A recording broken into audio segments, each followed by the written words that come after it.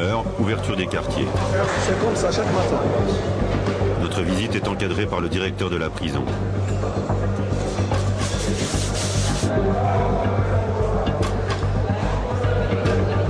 20 heures d'enfermement dans des cellules surpeuplées, 4 heures de plein air par jour, des week-ends entiers enfermés.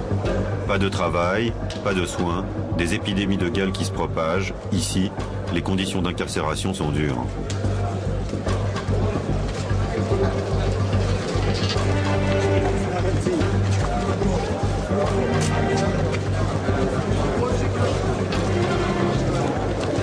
La prison de Tanger déborde. Plus de 2500 prisonniers pour une capacité d'à peine 400. Dans chaque quartier, une cour pour faire la lessive, du sport. À 200 dans 200 mètres carrés.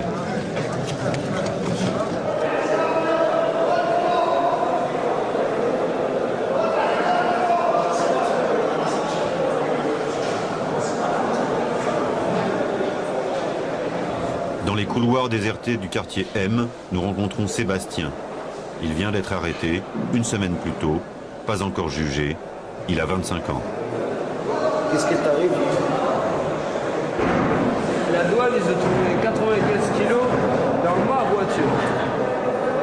Dans ma voiture. Je leur ai dit, j'ai rien fait, on m'a volé ma voiture. J'ai fait une déclaration à Kinitra. Et voilà, et je suis. Et je vais peut-être rester ici 3 ans ou 4 ans. C'est pour ça. T'as des 3 ans. Je suis loin d'ici. Ah, tu t'en fous, ne t'en fais pas. Il y en a des gens qui ont passé ici 5 ans, 6 ans, ils sont bien. 3 ans ici, je pourrais pas. Ah, pas possible.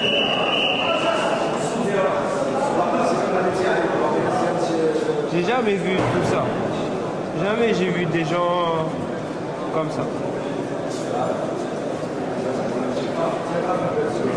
C'est-à-dire Autant de malheurs d'un coup. T'as déjà trempé dans des tribus comme ça? Jamais. J'ai jamais fait des trucs... J'ai toujours essayé d'être le plus droit possible. 95 kilos de hashish dans une voiture, c'est le début de l'histoire de Sébastien. Maître Tanouti est un des avocats conseillés par le consulat de France aux familles. Pour 1000 €, le père de Sébastien l'a chargé du dossier de son fils.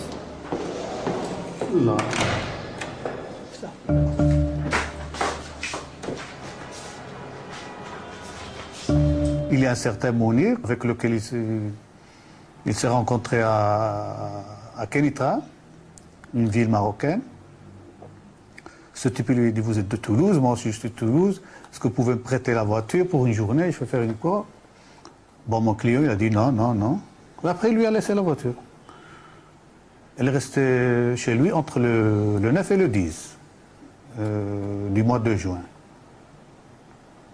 Après, il a vu qu'il n'est pas revenu parce que c'était pour un prêt de voiture pour une demi-heure ou pour un quart d'heure ou pour quelque chose comme ça. Il est parti à la police pour faire une déclaration de vol. Mais malheureusement, il n'a pas de reçu. Je crois à mon client. Moi, je suis ici pour le défendre. Simplement, je trouve un peu son histoire bizarre. Parce que même le tribunal, au tribunal, ils vont trouver que c'est une histoire un peu bizarre. L'histoire de Sébastien ne tient pas la route. Retour en prison pour interroger les Français déjà condamnés. Pour nous, c'est toujours le même rituel, une longue attente dans le bureau du directeur. Ici, beaucoup d'étrangers disséminés dans les 11 quartiers de la prison, la plupart pour trafic de drogue, une majorité de Français.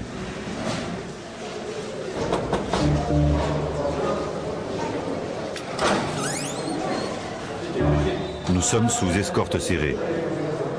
Avant notre arrivée, on fait le ménage. Nous ne devons pas parler aux prisonniers marocains.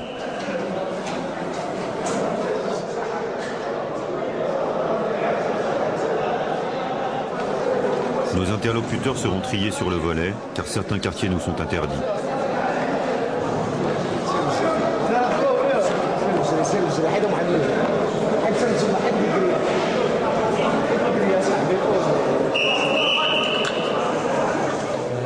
Les Français ici ont tous la même histoire. Ce sont des passeurs de hashish chargés d'acheminer la drogue du Maroc à la France dans leur voiture. Moi, 40 kilos. 40 kilos. Combien d'années? 2 ans et demi. Je parle pour moi, je parle pas pour l'autre. 3 ans et demi pour 99 kilos. Moi j'ai fait 83 kilos. On les regroupe dans une cellule présentable. Le directeur et 2 gardiens assistent à l'entretien. Une pression sur les prisonniers. Tu vois, rien de tout ça, rien du tout. Ils ont reçu des consignes avant notre arrivée. Pas un mot sur les conditions de détention. Pas une critique sur le Maroc. Avec un douanier pour qu'il me laisse appeler. Moi j'avais une femme, un enfant, j'avais plus de 20 000 euros de dette. Je viens ici, on me dit écoute, je te donne 30 000 euros plus une voiture, une belle voiture. Qu'est-ce que je peux dire? Bon, c'est clair, je peux dire non, non. Mais le mec il revient à la charge.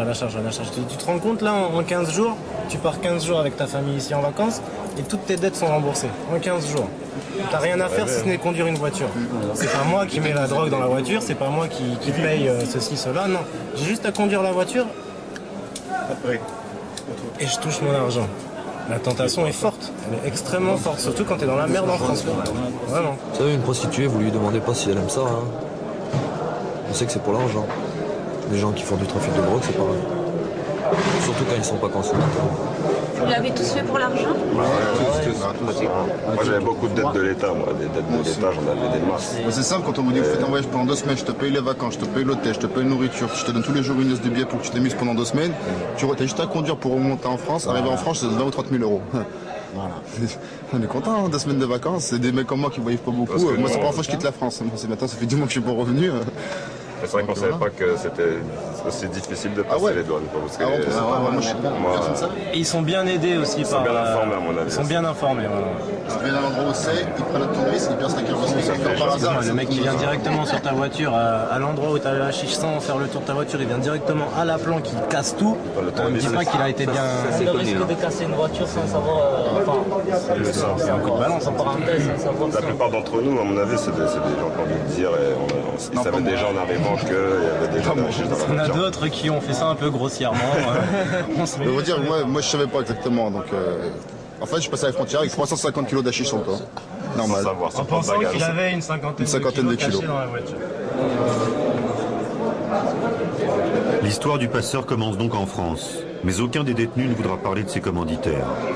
Rien non plus sur l'arrestation aux douanes, la garde à vue, le procès.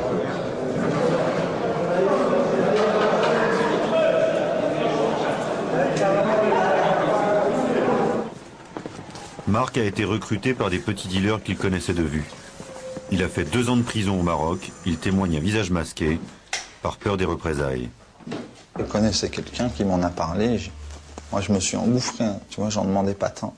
Je me suis jeté là-dessus, j'avais presque peur de pas avoir le, de pas avoir le plan et tout. On s'est croisés dans une cité, on a discuté. Mais c'était des petits cons, tu vois, qui voulaient... les petits frères qui voulaient, qui se lançaient, quoi. Donc ils avaient toujours un peu fait les nervis pour les grands frangins sur le business, donc ils ont bien vu comment ça se passait, ils connaissent tout.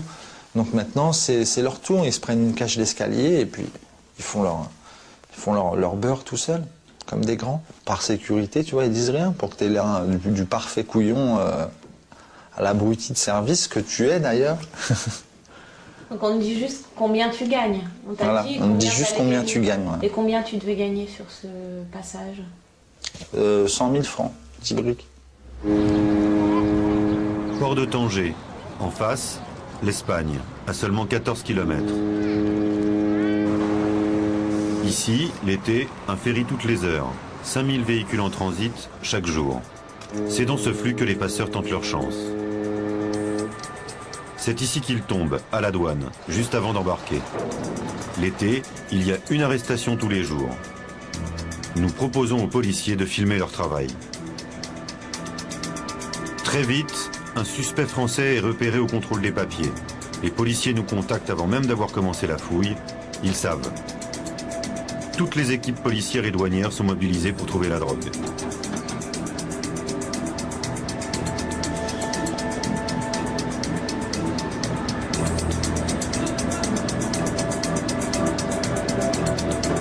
Sans chien renifleur, juste à l'aide des tournevis, on teste la résonance de la carrosserie.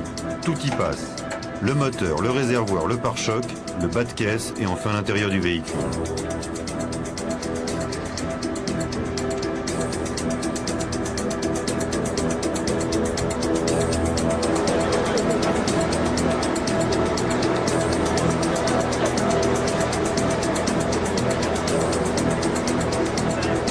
Un coup de tournevis dans le plancher, la drogue est découverte.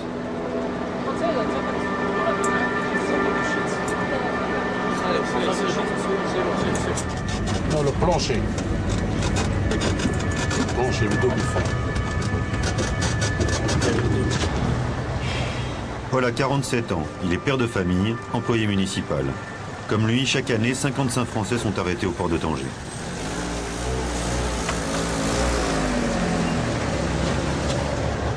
Les douaniers m'ont percé le réservoir avant même d'avoir trouvé le hashish.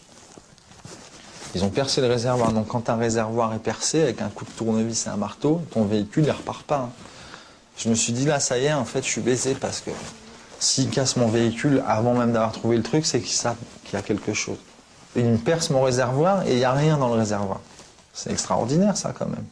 C'était sous les sièges à rien en fait, tout simplement. Le véhicule est saisi, policiers et douaniers désossent la caravane. اضرب في النص هذا لا بلاتي بلاتي شوف شوف اساعد يا خرجات هذه اساعد لا بلاتي كمل هنا شويه كمل هنا شويه باش بلاتي عوض طلع عوض طلع بلاتي صافي بلاتي حيدها مع راجل كلشي attends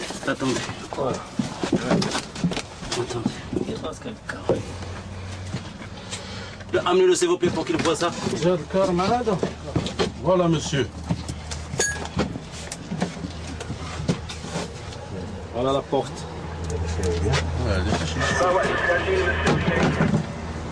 Bon, vous allez me raconter comment l'idée vous a tenté, c'est-à-dire pour entrer au Maroc et réaliser cette affaire ici.